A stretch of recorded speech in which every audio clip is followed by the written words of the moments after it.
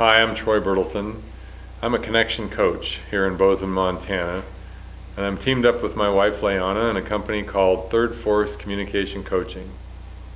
That's our company. I want to talk to you today about the weather. How many people do you know, oh, it's raining, oh, it's cloudy, oh my God, it's snowing again, oh my God, it's so cold, oh my God, it's too hot. You know, it's like there's always something wrong with the weather, right? And so I want to tell you my story and how I get to work with people so that weather cannot be a problem for you in your life anymore. What I'm finding out about the way that we work with people is that if there's something we're unhappy with, there's something going on in our brain that is getting us down. And the way it does that is our brain has a way of telling stories, and it's been telling stories from the time we were really little when some event happened. And most of the time, what the brain is telling you is not true. So we go in and we find out what happened, what the brain was saying about it at that time, and then we go in and we harvest all those lies and lay down a fresh bed of truth so that you can move forward, and things like the weather don't have an effect on how your day is going ever again. So this is what happened for me. From the time I was 16 or 17 until well into my 40s, I was recognizing that fall, there was something wrong with fall for me. As soon as, like in August, as soon as my eyes detected that the sun was lower in the sky and that fall was coming, the next thought was, damn it, fall's coming. I hate fall.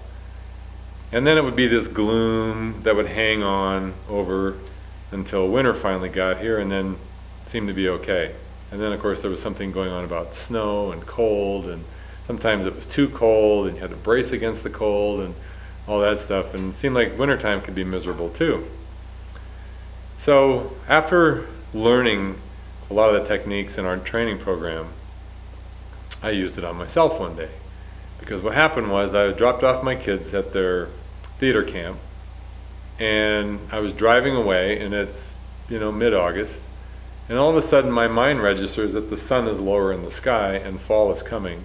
And my next thought is, fall's coming. Damn it, I hate fall. So I caught that and I said, okay, wait a minute. My eyes detected that the sun was lower. My next thought was, I hate fall.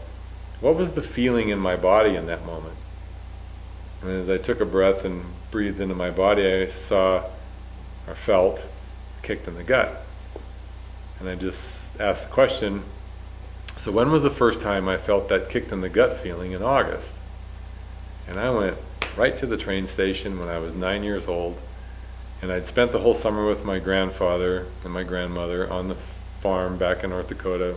And I did not want to get on that train and come back to Montana. As a matter of fact, my mind had been building up for weeks that if I was good enough, they'd let me stay and I could just live there on the farm, because I didn't want to go to Montana and live in the city and be a city kid. I wanted to be on the farm and be a cowboy like my grandfather. Well, they put me on the train. So my mind said, I'm not good enough, and they don't love me. As soon as that came out, I was able to say, well, that's certainly not true. I am enough, and they do love me, and I really love them. And truth is, they were doing the best they could. It was their duty to put me on the train and send me back to my family. So that whole process took about 2 city blocks. And that was about 6 years ago now. And I literally have enjoyed fall, the leaves, everything, the smell. All of a sudden, fall is like a whole new season for me of exploration, excitement, great feelings and smells. I mean, loving the wind in my hair. And so that was what happened for me about curing fall. Well, at the end of hunting season that year, which was another reason why it didn't make sense that I would hate fall, because I love football and I love hunting season. But that same year, the end of hunting season, I recognized I had this kicked in the gut feeling again on the last day. And I remembered I've had that kicked in the gut feeling on every last day of hunting season for as long as I could remember. So I just said, what's this? Why am I having this kicked in the gut feeling on the last day of hunting season? What was going on for me on the last day of hunting season? As far back as I could remember, came right out that it was the end of quality time with my father. It meant that it was homework and chores and whatever construction project he had going next. He was a math teacher and he taught during the day and he built houses at night and the weekends, so it was back to work. So I went, okay, so doesn't mean he doesn't love me anymore, doesn't mean that I don't love him, doesn't mean that I'm worthless, because now I'm only worth the work that I do, because it seemed like I got a lot of value. You know, I built up value about hunting with my dad. So it's not true that I'm worthless. I am worthy, and I love my dad, and he loves me. He's doing the best he can. He was a rather young father when I was born. So now, since then, I have not had a bad day of the last day of hunting season either in 6 years. Now, in January, I'm talking on the phone to a friend of mine who's a corporate trainer. She lives in San Francisco, and she's telling me about teaching her corporate clients to walk on hot coals, walk on fire, be a fire walker. And I said, what are you doing with your mind to be able to walk barefoot on those hot embers and not get burned? She thinks for a minute and she says, I would have to say that it's becoming one with the fire instead of pushing against it. And I instantly thought about the cold in Montana. It was 25 below zero that day when I'm talking on the phone. And I said, I wonder if I can become one with the cold. I mean, it's in our literature, it's in our advertisements on TV, brace against the cold, prepare for the cold, cold and flu season. I mean, it just like paints a terrible picture of cold weather. And yet when you look at little kids who don't have all this crap going on in their mind about wintertime, they can run outside with their shirt sleeves on at 20 below. They don't last very long, but they're fine for a while running outside in the cold.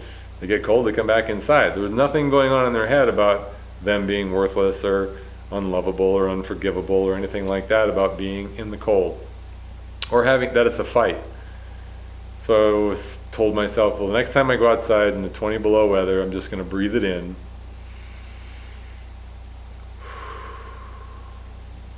and enjoy the cold, because it's just cold. And I can tell you with that, I can count the number of times I've actually been cold where I was uncomfortable on one hand in 6 years. So there's a lot we can do with our minds to be one with the weather, one with the cold, one with the heat. Oh, by the way, yeah, it does work the same way with the heat. How many people do you know like, oh, I just die in the heat, I melt in the heat? Maybe that try becoming one with it. Breathe it in. Understand that it's just heat. Doesn't mean anything about what their mind is telling them about being in the heat. It's just hot. So that might be some techniques that we can use for you. Find out what's going on with you in your life about the weather, so that the weather is not getting you down. By going in and harvesting the lies that the weather keeps tripping up for you, laying down a fresh bed of truth, and you get to live your life and have more fun. Have a grateful day. I'm Troy Bertelsen. I'm a Third Force Communication Coaching. If you like this video, please click the like button, subscribe. Love to have you around for more things that we're going to be doing over time, and workshops and live events and webinars. And we're looking forward to being with you and helping you connect to yourself, to others, and life. Have a grateful day. And we're cut, Mr. Mulbright. Oh, Lordy. I think that's